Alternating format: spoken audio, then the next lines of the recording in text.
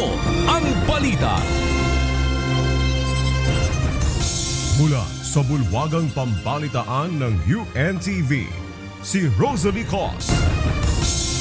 Magandang tanghali, ito ang Balita Weekend Edition. Narito ang mga headlines.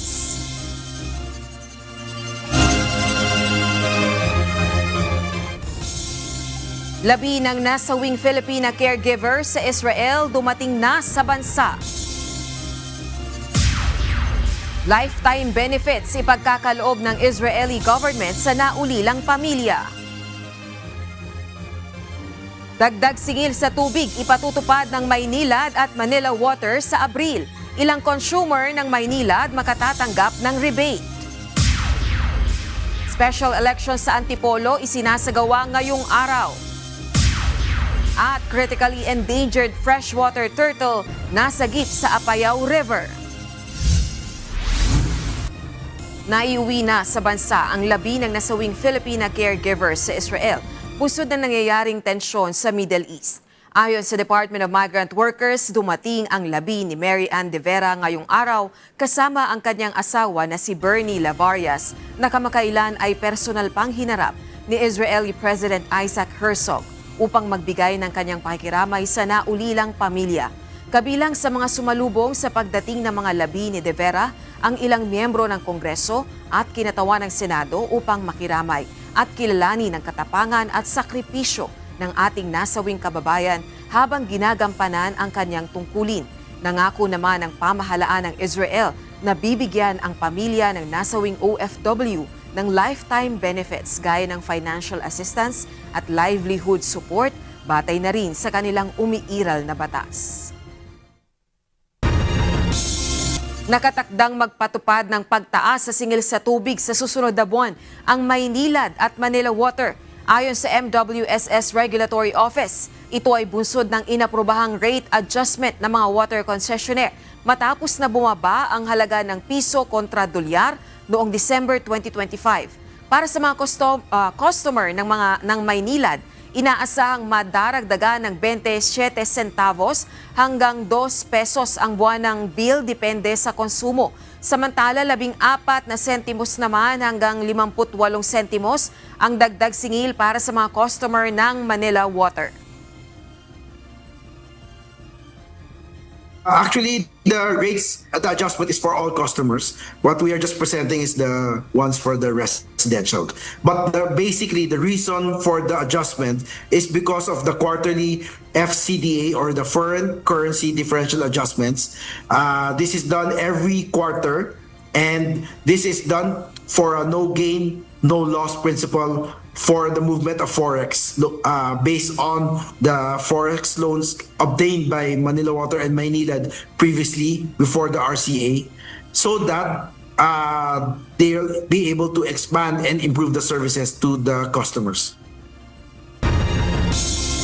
May malaking ginhawang naghihintay sa libu-libong customer ng Maynilad Water Services. Ito ay matapos patawan ng Metropolitan Water Works and Sewerage System o MWSS ang kumpanya na magbigay ng bill rebate sa kanilang mga customer sa South Concession Area dahil sa kabiguan nitong magbigay ng 24 na oras na serbisyo rito. Mahigit 42.5 million pesos ang kabuang rebate na ipamamahagi sa mga apektadong customer. Ayon sa MWSS, kung ang monthly bill ng isang customer ay mas mababa sa 432 pesos, posibleng hindi na muna sila magbayad ng bill sa loob ng 2 buwan. Makikinabang sa rebate ang mga residential at commercial customers sa Muntinlupa, Las Piñas, Parañaque, gayon din sa Bacoor, Imos, Kawit, Noveleta, Cavite City.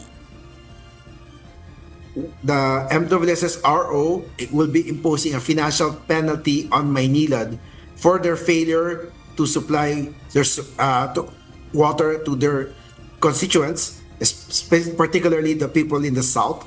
So if you are one of these customers, you are entitled to a rebate in your monthly bill starting April in the amount of 432 pesos and 92 centavos. So this will be depending on your consumption last month or the previous months.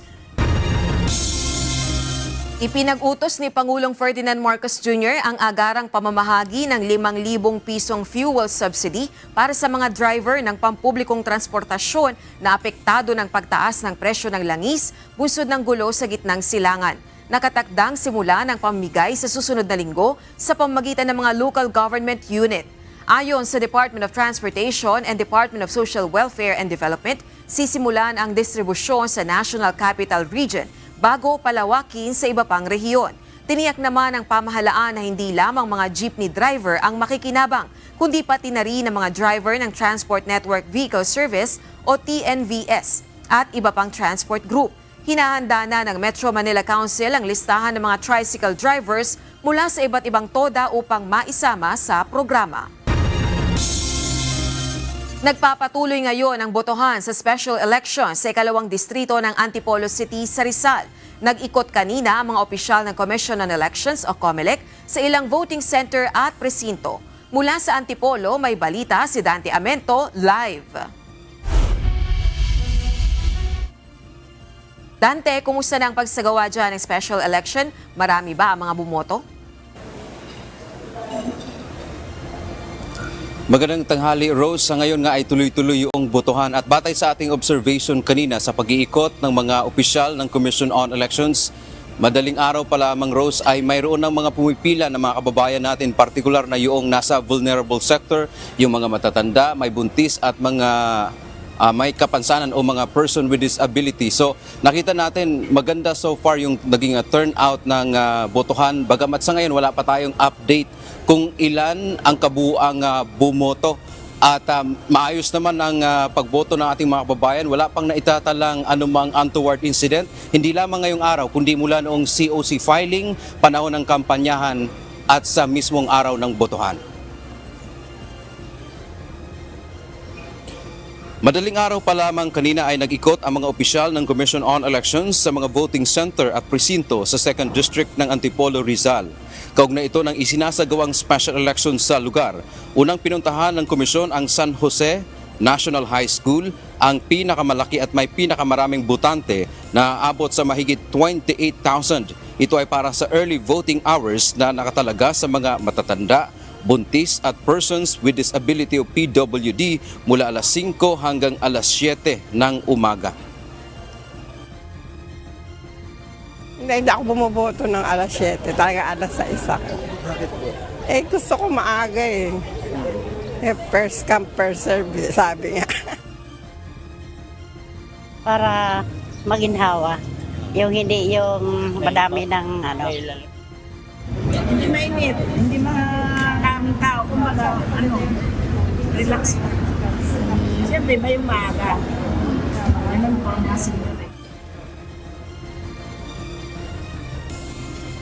Sunod ay nagtungo rin ang COMELEC official sa San Roque National High School. Kasama rin sa sinaksihan ng komisyon ang pagboto ng mga person deprived of liberty o PDL sa Antipolo City Jail.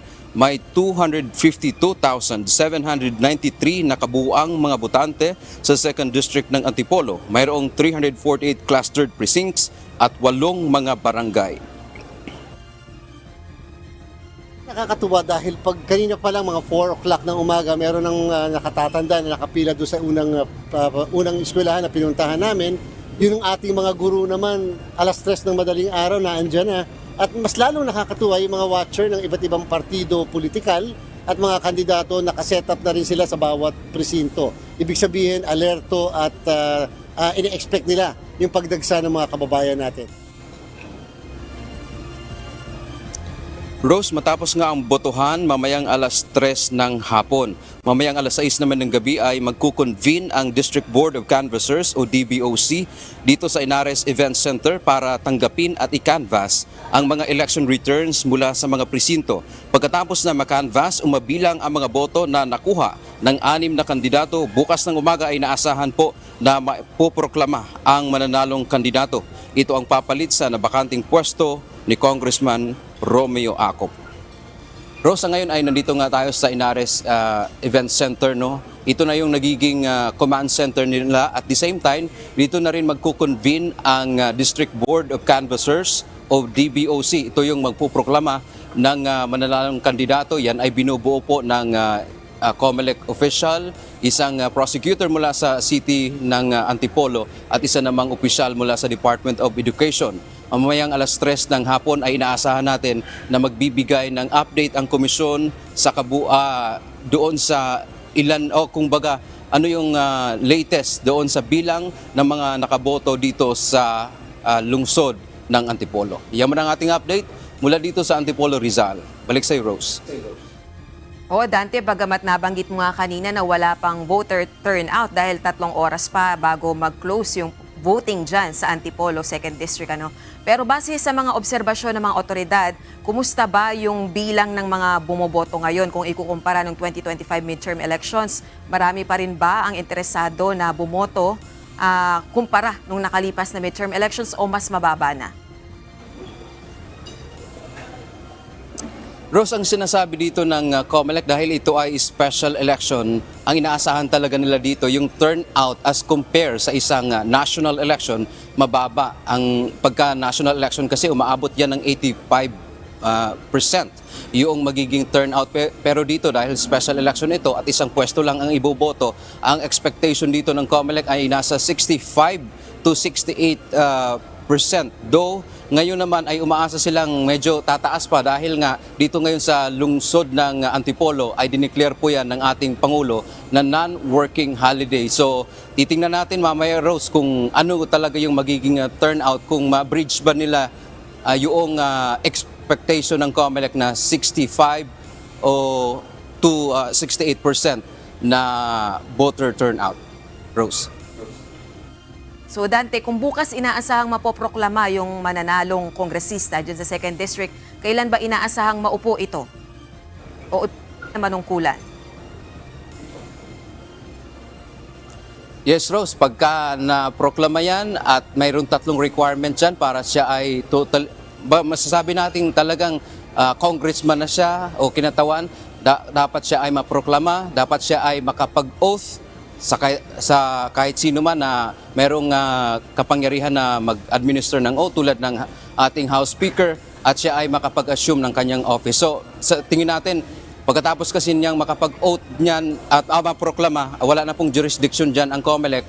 Kaya yun, depende na po yan sa mananalong kandidato kung kailan siya mag-oath at kung kailan din siya mag-assume ng office. Pero sa pagkakaalam natin, dahil nga itong halala na ito ay isinagawa para kumbaga yung naiwan ngang trabaho rin ni nung pumanaw na si Romeo Acop ay magampanan nitong papalit sa kanya. At isa nga dyan sa naging kandidato ay isa rin sa anak ni Congressman Acop. At meron pang 5 ng iba pa, mayroon din yung iba pang mga kandidato ay mga opisyal din. Mayroong opisyal din dito sa lungsod ng Antipolo. Bagamat meron ding isa na nag-withdraw kamakailan lamang, Rose. Yeah, lastly na lang, Dante, para sa mga kaalaman ng ating mga kababayan sa Antipolo, magkano ba yung ginastos na budget dyan sa special elections at saan ito kinuha ng Commission on Elections?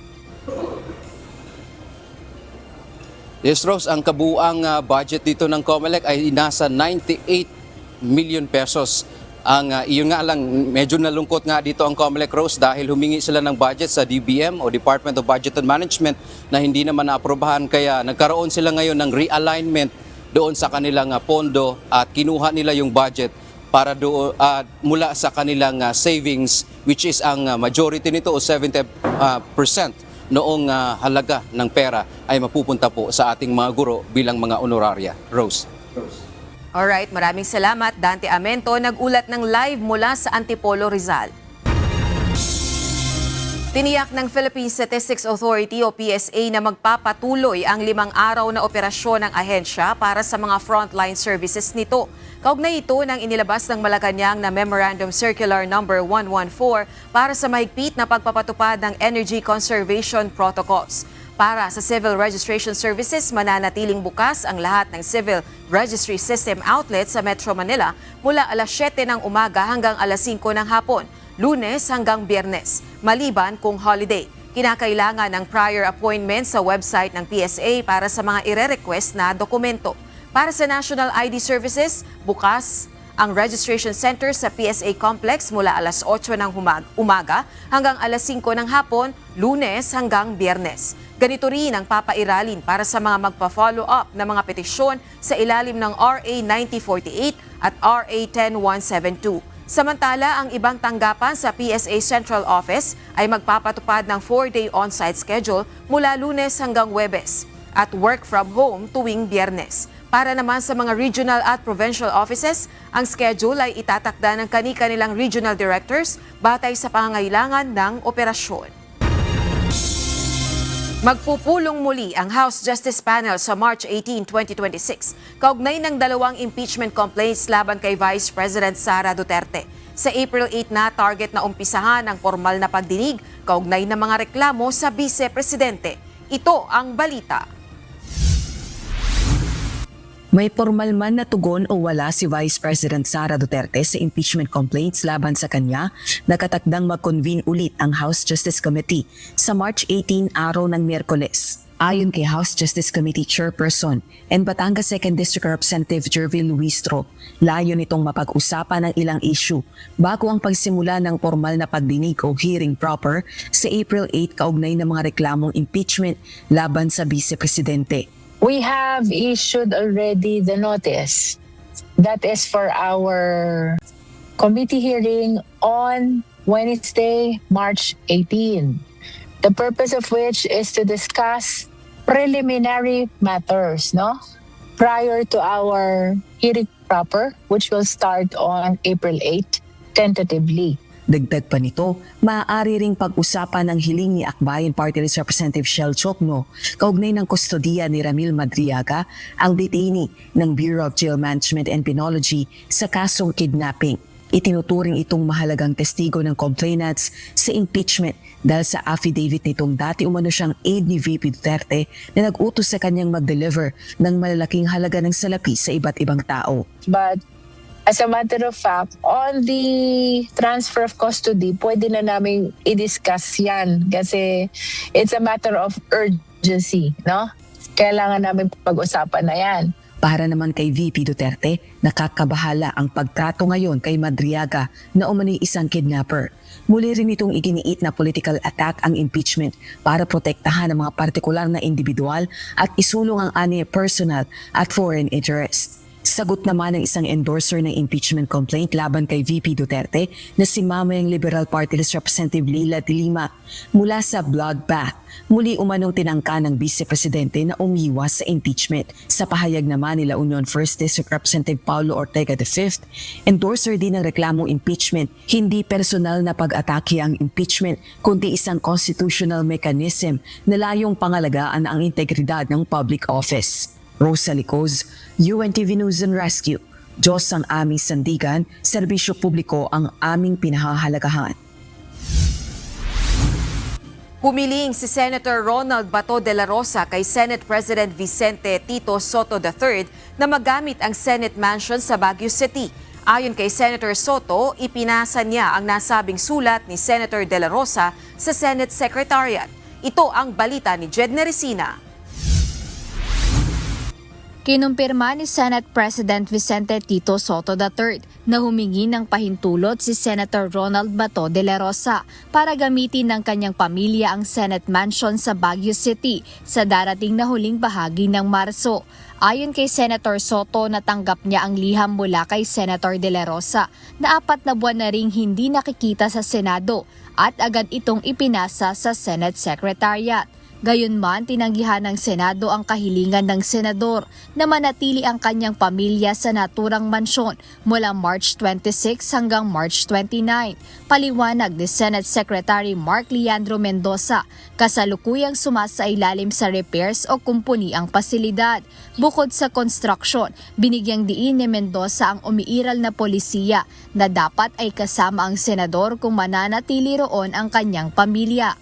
Ang nasabing hiling ni Senator De La Rosa ay kaugnay sana ng pagdalo sa CSAFP o Chief of Staff Armed Forces of the Philippines Cup. Ang Senate Mansion ay isang government-owned residence na inilalaan para sa mga senador na may opisyal na tungkulin sa Baguio. Jedne Resina, UNTV News and Rescue. Diyos ang aming sandigan, serbisyo publiko ang aming pinahahalagahan. Hinahamon ngayon ng abogado ng 18 nagpapakilalang ex-Marine si Ombudsman Crispin Remulla na amining may nagaganap din umanong hatira ng pera sa panahon ni Pangulong Ferdinand Marcos Jr. Ito ay matapos isiwalat ng Ombudsman na isa sa mga litrato sa joint affidavit ng grupo ang nakunan pa umano noong panahon ni President Rodrigo Duterte. Ito ang balita ni Ivan Alvarez. Sinusuri na ng Office of the Ombudsman ang nilalaman ng joint affidavit ng 18 dating security aide ni Zaldico.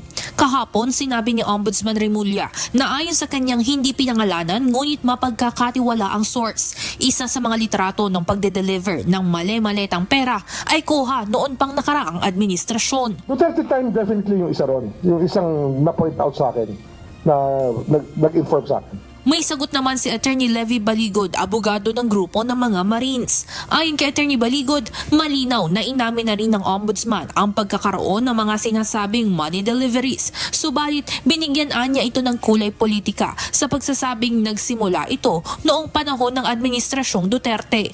Iginiit rin niya na hindi maituturing na intelligence source ang isang miyembro ng House of Representatives na siyang pinanggalingan umano ng nasabing pahayag. Dagdag pa ni Baligod, nararapat din anyang aminin ng Ombudsman na lalo pang umigting ang mga deliveries sa ilalim ng Administrasyong Marcos Jr. upang hindi mabuo ang pananaw na nagbubulag-bulagan siya sa mga aligasyon. Una nang sinabi ni Ombudsman Remulla na posibleng may manipulasyon sa timeline ng joint affidavit ng umano'y Marines. So, it is not an entirely accurate depiction of even pictures. What you see here is really a manipulation of facts to make it appear that that was that. But actually, they were playing with timelines. And this is one timeline that they played with, that this happened before the term of President Marcos. Samantala ay hinihingi na ng Office of the Ombudsman ang individual affidavit ng 18 upang masuri kung nagtutugma-tugma ang nalalaman ng bawat isa. Ipapasampi na rin sila oras na makapagsumite ng kani-kaniyang sinumpaang salaysay. Evan Alvarez, UNTV News and Rescue. Diyos ang aming sandigan, serbisyo publiko ang aming pinahahalagahan. May dagdag pasanin na naman ang mga motorista. Inaasahan ang malaking pag-angat sa presyo ng langis sa susunod na linggo dahil sa epekto ng kaguluhan sa gitnang silangan. Ayon sa mga pagtataya ng industriya, posibleng tumaas ng 19 pesos at 30 centavos hanggang 22 pesos at 30 centavos kada litro ang presyo ng diesel simula Martes. Samantala, tataas din ang presyo ng gasolina ng 14 pesos hanggang 17 pesos kada litro. Ngayong linggo na itala ang pinakamalaking single week increase sa kasaysayan ng bansa na umabot sa 38 pesos at 50 centavos kada litro. Ilan sa mga kumpanya ng langis ang sumunod sa panawagan ng Department of Energy na hatiin ang dagdag presyo sa 2 hanggang 7 tranches upang hindi masyadong mabigla ang mga consumer. Hinimok ng Petroleum Association of the Philippines o PAP ang mga power generation company na i-maximize ang paggamit ng natural gas ng bansa upang makatulong na mapatatag ang presyo ng kuryente. Ayon sa grupo, may natitirang kapasidad pa ang ating natural gas na maaaring magamit upang mabawasan ang pagiging dependent ng bansa sa mas mahal na imported na fuel. Isinusulong din ng grupo ang pagpapatupad ng Philippine Natural Gas Industry Development Act bilang pangmatagalang solusyon laban sa pabago-bagong presyo ng enerhiya. Ayon sa PAP, ang kuryenteng nalilikha mula sa Malampaya Deepwater Gas to Power Project ay nagkakahalaga ng humigit kumulang 4 pesos at 80 centavos kada kilowatt hour, mas mababa kumpara sa 10 pesos at 30 centavos sa kada kilowatt hour mula sa imported liquefied natural gas. Nagpatupad na rin ng bagong work setup ang House of Representatives bilang bahagi ng pagtitipid at mas maayos na paggamit ng pondo ng pamahalaan. Batay sa Memorandum Circular No. 114 mula sa Office of the President, ipinatupad ng Kamara ang hybrid work arrangement. Sa panahon ng sesyon, papasok on-site ang mga empleyado mula Lunes hanggang Miyerkules, habang work from home naman tuwing Huwebes. Kapag naka-break ang kamera, papasok sila tuwing Martes at Miyerkules at work from home tuwing Lunes at Huwebes. Kasama sa mga patakaran ng mas mahigpit na control sa official travel, pagtitipid sa enerhiya at suspensyon ng paggamit ng mga opisyal na sasakyan. Ang air conditioning units ay papayagan lamang mula alas 8 ng umaga hanggang alas 6 ng gabi maliban sa plenary hall tuwing may sesyon. May ilang unit din na magpapanatili ng skeleton workforce. Nagpaalaala ang Bangko Sentral ng Pilipinas na maging mapanuri ang publiko, partikular sa foreign currency tulad ng US dollars. Kasunod ito sa nahuli ng National Bureau of Investigation na sospek sa pagpapakalat ng magandang kalidad ng pekeng pera, kung kaya't maaari nitong malinlang ang isang individual na hindi magsusuri ng maigi. Ito ang balita ni Benedict Samson. Umabot sa 200 million US dollars o katumbas ng nasa 12 billion pesos ang nakumpiskang pekeng pera sa isang Pilipino na American citizen na suspect na naaresto ng National Bureau of Investigation at Bangko Sentral ng Pilipinas nitong March 11. Sa naturang operasyon, nakumpiska ng mga otoridad ang iba't ibang foreign currency tulad ng US dollars, Malaysian ringgit at treasury bills. Sa pagsusuri ng mga eksperto, lumabas na peke ang mga naturang pera na nakumpiska sa suspect. We certified that all those 100 US dollars are counterfeit. Next, yung 100,000 US dollars are definitely counterfeit because it was issued sometimes in 1930s by the US government as a medium of instrument between Federal Reserve Bank.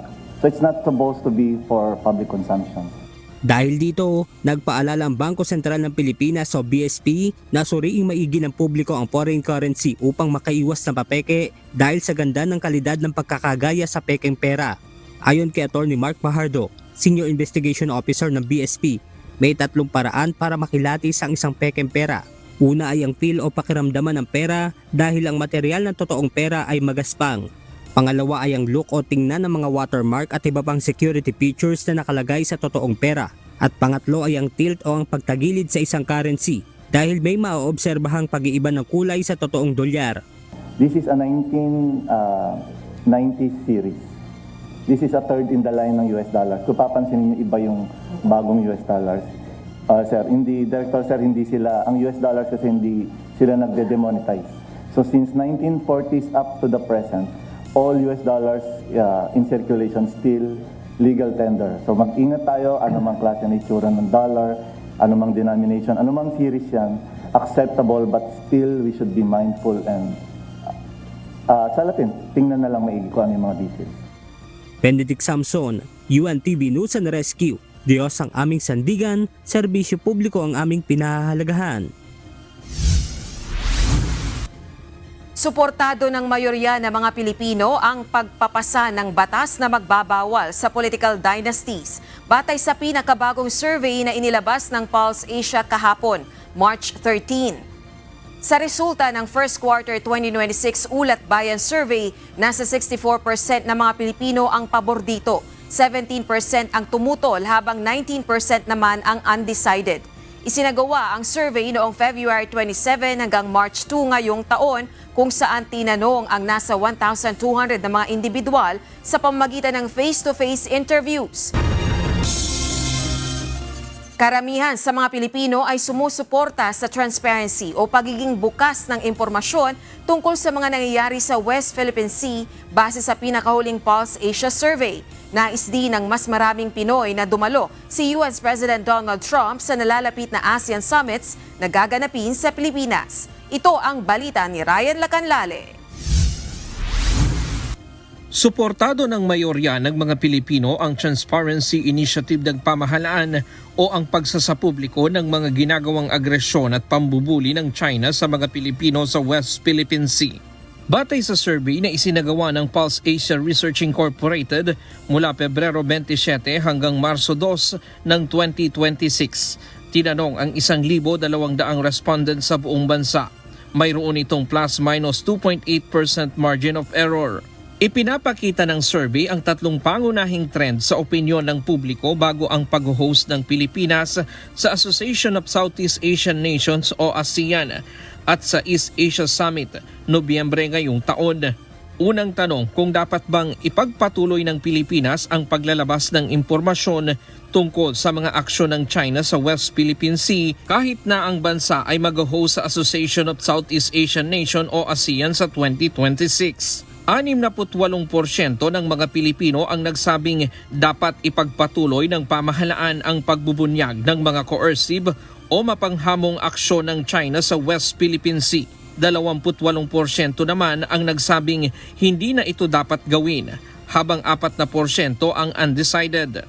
Ayon kay Rear Admiral G. Tariela, tagapagsalita ng Philippine Coast Guard para sa West Philippine Sea, patunay ito na mulat at mas naiintindihan ng nakararaming Pilipino ang laban ng bansa sa pag-iit ng karapatan sa West Philippine Sea.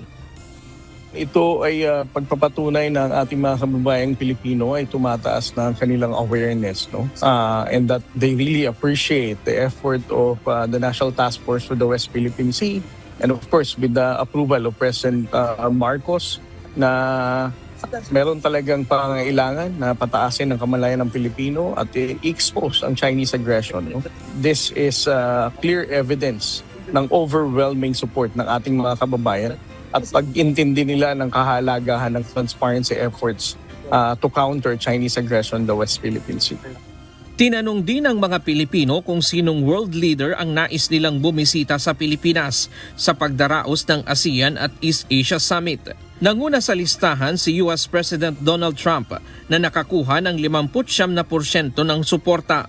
Malayo naman ang ibang mga world leader na nabanggit sa survey gaya ni Russian President Vladimir Putin, Japan Prime Minister Sanae Takaichi, Australian Prime Minister Anthony Albanese, South Korean President Lee Jae-myung, pinakamababa naman si Chinese President Xi Jinping na may 3%. Samantala, tinanong din kung aling mga bansa o organisasyon ang pinakapinagkakatiwalaan ng mga Pilipino na katuwang ng Pilipinas sa pagdedepensa sa karapatan nito sa West Philippine Sea at pagtataguyod ng international law. Nanguna ang Estados Unidos na may 70% na nagtitiwala. Pangalawa naman ang Japan na may 46%, habang nakakuha ng 37% ang Australia, Canada na may 26%, ASEAN bilang organisasyon na may 24%. Sumunod ang South Korea, Russia, United Kingdom, Germany, Taiwan, France at India. Ryan Lacanlale, UNTV News and Rescue. Diyos ang aming sandigan, serbisyo publiko ang aming pinahahalagahan. Magpapatuloy ang pakikipag-ugnayan ng National Task Force to End Local Communist Armed Conflict o NTF-ELCAC sa mga universidad upang ipaalam at turuan ng mga estudyante hinggil sa tunay na kalagayan ng insurhensya at recruitment ng kabataan. Ayon kay NTF-ELCAC Executive Director Undersecretary Ernesto Torres Jr., maraming dating rebelde na ngayon parte na ng peace-building efforts ang nagbahagi na nagsimula sa loob ng mga campus ang panghihimok na umanib sa armadong pakikibaka at hindi sinasabi ang tunay na pinsala nito. Dagdag pa ng opisyal na nanawagan ng NTF-ELCAC sa mga pamantasan na itaas ang antas ng diskurso hinggil sa insurhensya, youth recruitment at academic freedom. Dapat anya ay matapat at responsable ang talakayan, hindi lamang nakabatay sa propaganda o mga slogan upang makamit ang makatarungang kapayapaan at tunay na nation building.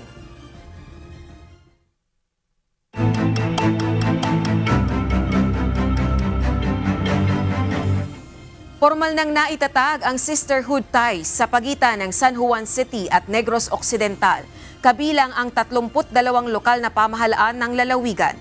Layunin ng kasunduan ng pagbabahagi ng isa't isa ng best practices sa pamamahala at pagpapaunlad ng turismo.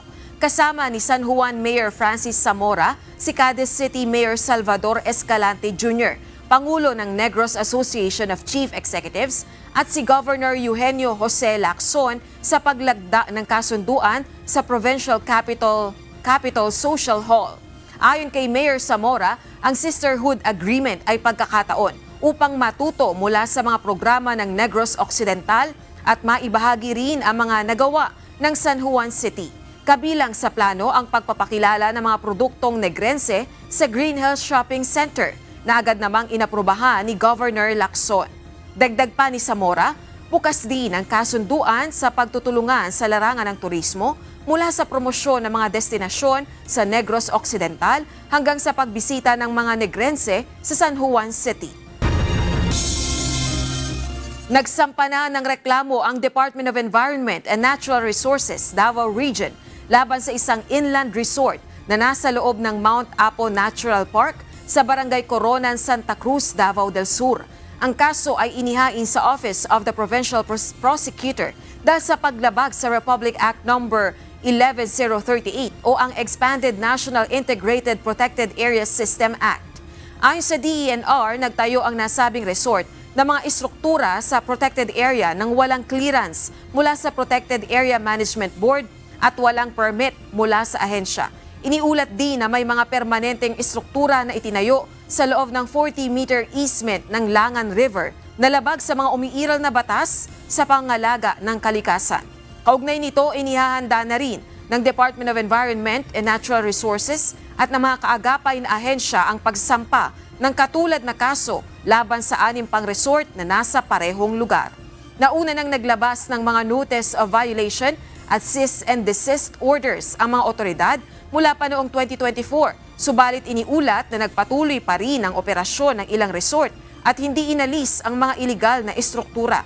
Binigyang diin ng DENR na ang Mount Apo Natural Park ay isang mahalagang protected heritage na dapat mapangalagaan at tiniyak ng ahensya na mananagot ang mga lumalabag sa batas sa pamamagitan ng tamang proseso.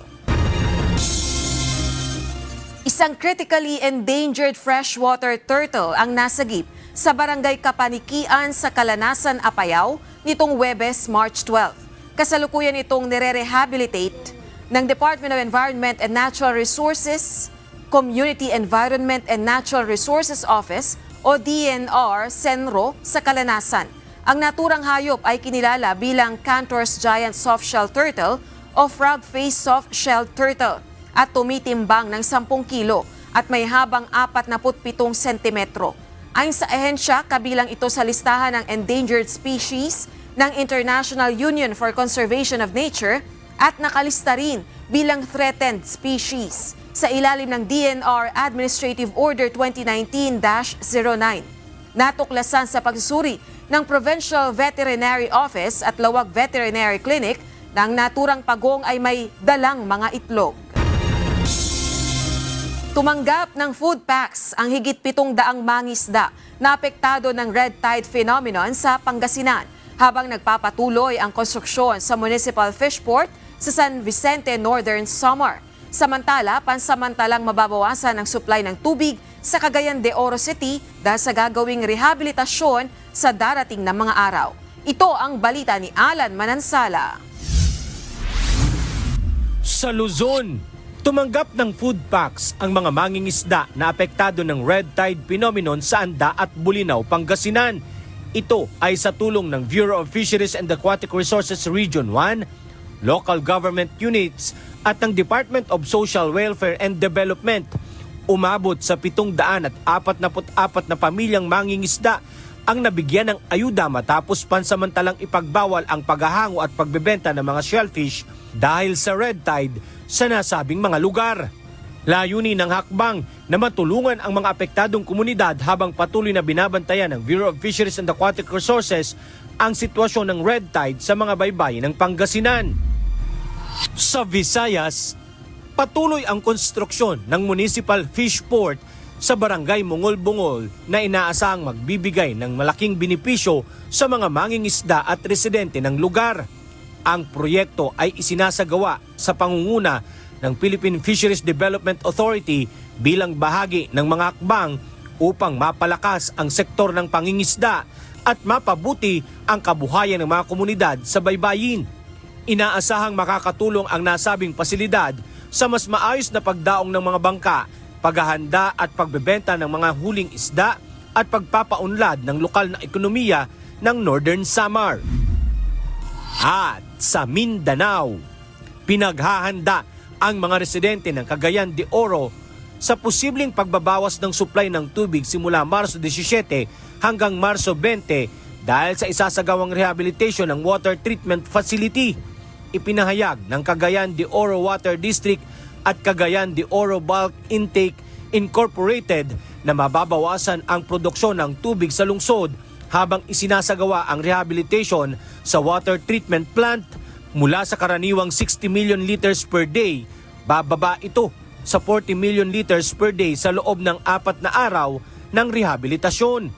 Kabilang sa mga lugar na maaapektuhan ang District 1 na binubuo ng mga barangay ng Patag, Bulua, Kauswagan, Bonbon, Bayabas at Carmen. Samantala, posibleng makaranas ng mahinang daloy ng tubig ang Cronin, Kamaman-an at Bunton sa District 2, habang posible namang makaranas ng walang tubig ang Tibasak, Makasandig at Corona Drive.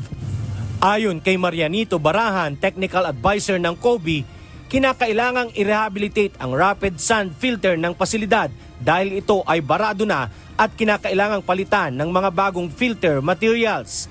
Alan Manansala, UNTV News and Rescue. Diyos ang aming sandigan, serbisyo publiko ang aming pinahahalagahan.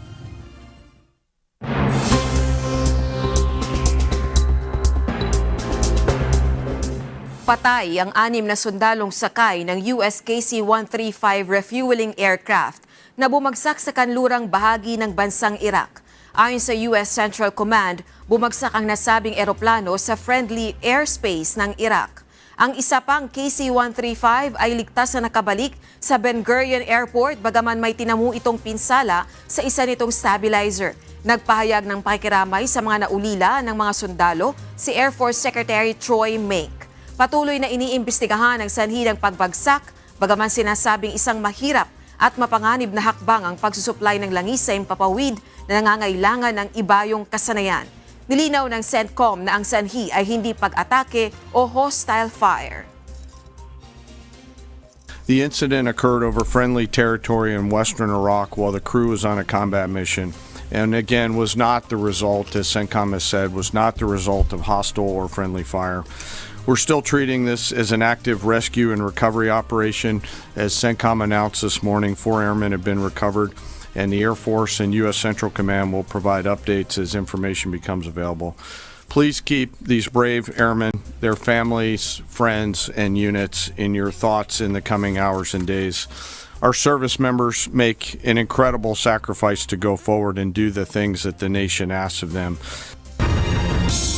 Inatake ng Amerika ang pinakamalaking pasilidad ng langis sa bansang Iran. Ayon mismo kay US President Donald Trump, totally obliterated na ang puwersang militar ng Iran sa nasabing isla. Ito ang balita ni James Bontuyan.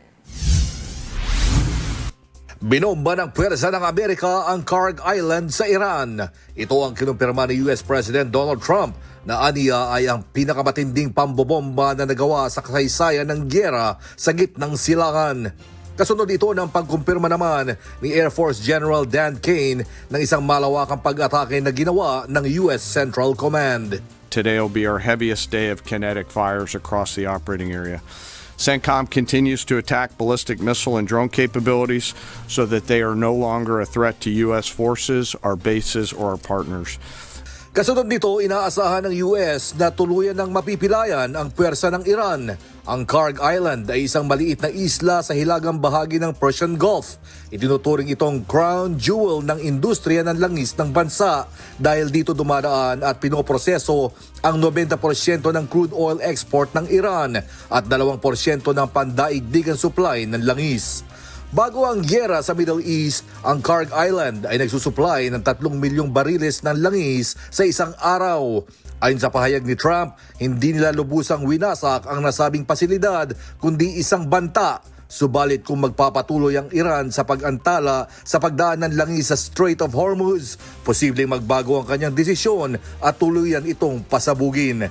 Nagpahiwatig naman si US Secretary of War Pete Hegseth sa mas malalaki pang pag-atake na hindi pa nararanasan sa nakaraan upang tuluyan ng mabuwag ang puwersa ng Iranian Islamic regime.